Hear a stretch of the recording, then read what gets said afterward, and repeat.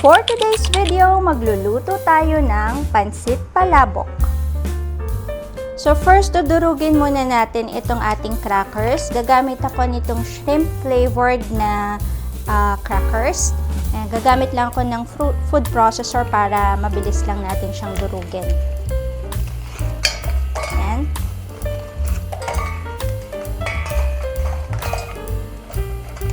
Kalahati muna.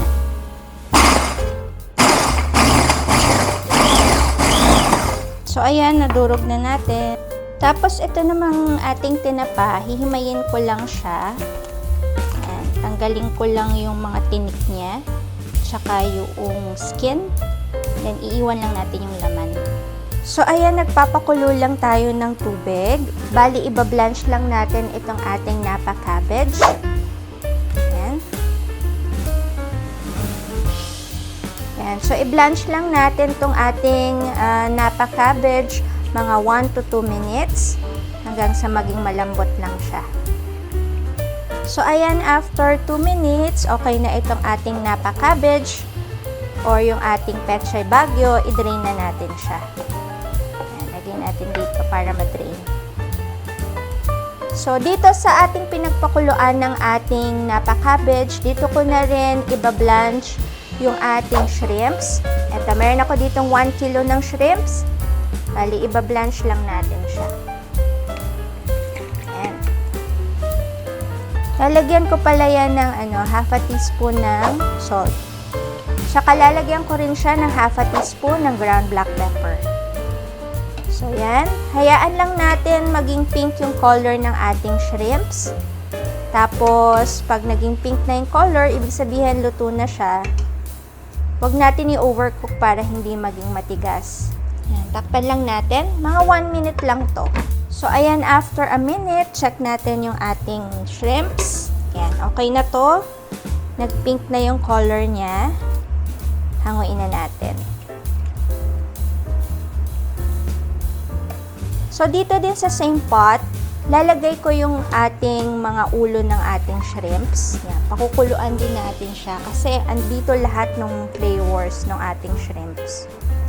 Tapos, tong sabaw na to, yan yung pangsasabaw natin later. So, pakukuluan ko lang siya mga 5 to 10 minutes para lang ma-infuse yung flavor ng ulo ng shrimps sa ating sabaw. Takpan ko lang siya. So, ayan, after 10 minutes ng pagpapakulo natin ng ulo ng shrimps, ayan, okay na to. Pinakulo ko nga lang pala to guys sa mahinang apoy. Or sa, in my case, since induction, so sa lowest setting. Ayan. So, salain lang natin, then eto yung gagamitin nating pansabaw later sa ating sauce. So, now, nagpapainit lang tayo ng mantika sa ating kawali. Bali, ipiprito ko lang itong tofu. Meron ako ditong tofu para pang toppings natin mamaya.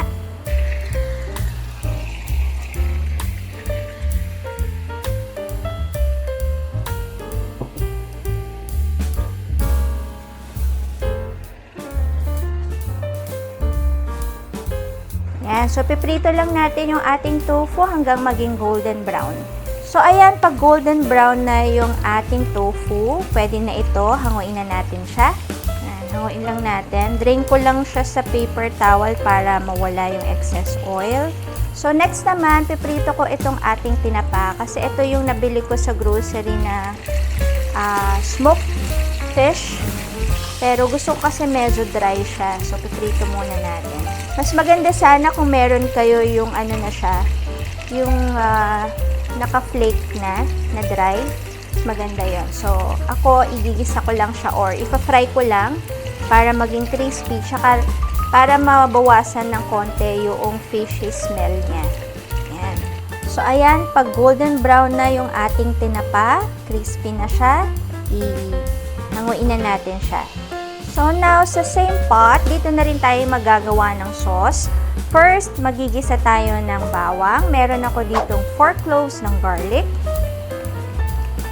Ayan. Isa lang natin. And then, isunod na rin natin yung ating 1 medium size ng onion. Tapos, hantayin lang natin maging mabango or translucent yung ating onion.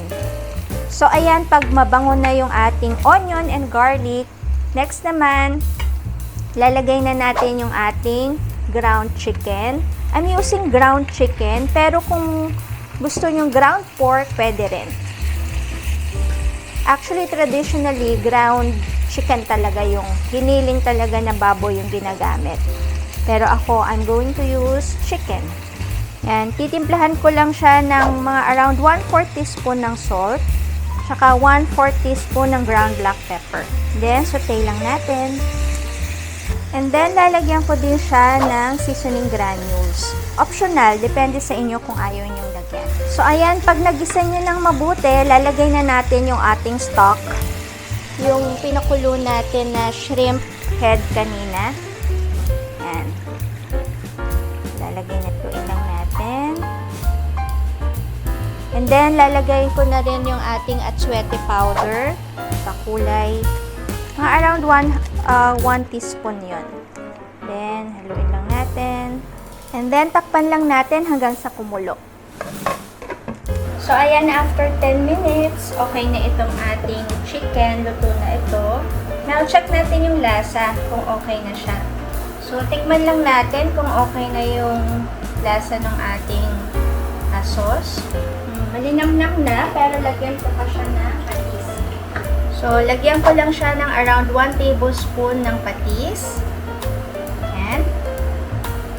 And then, lagyan ko din siya ng half a teaspoon ng ground black pepper.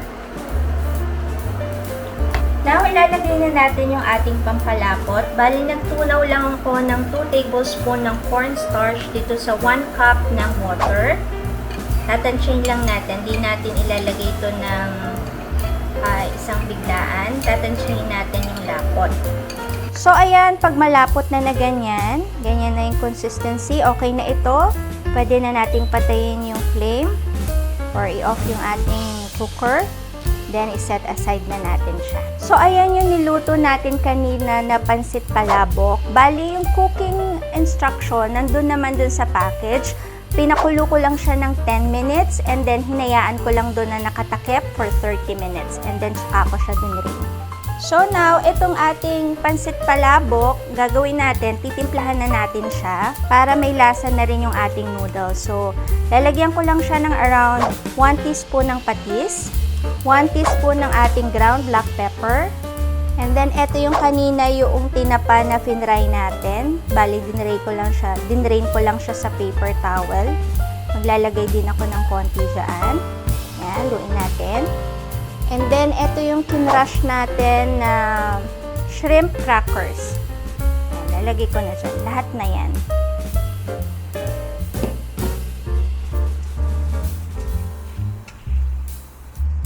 And then, meron ako ditong fried garlic. Bali, lalagyan ko lang din siya ng konti. So, yung noodles natin, malasang-malasa na siya. Ayan. So, okay na yung ating noodles. Pwede na tayo mag-plating. So, ayan na yung noodles. Nilagay ko lang dun sa ating serving tray. Tapos, lalagyan na natin siya ng ating sauce.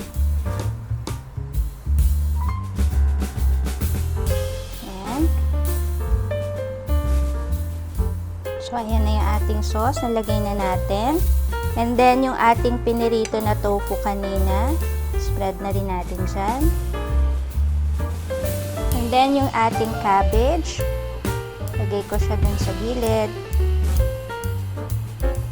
Tapos, lagay na rin natin yung ating shrimps.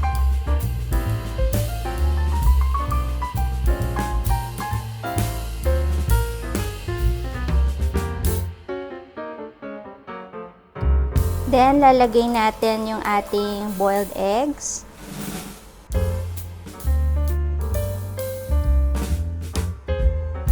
So, ayan, nalagay na natin yung ating boiled eggs. And then, lastly, magtatap tayo ng ating tinapa flakes. Ayan.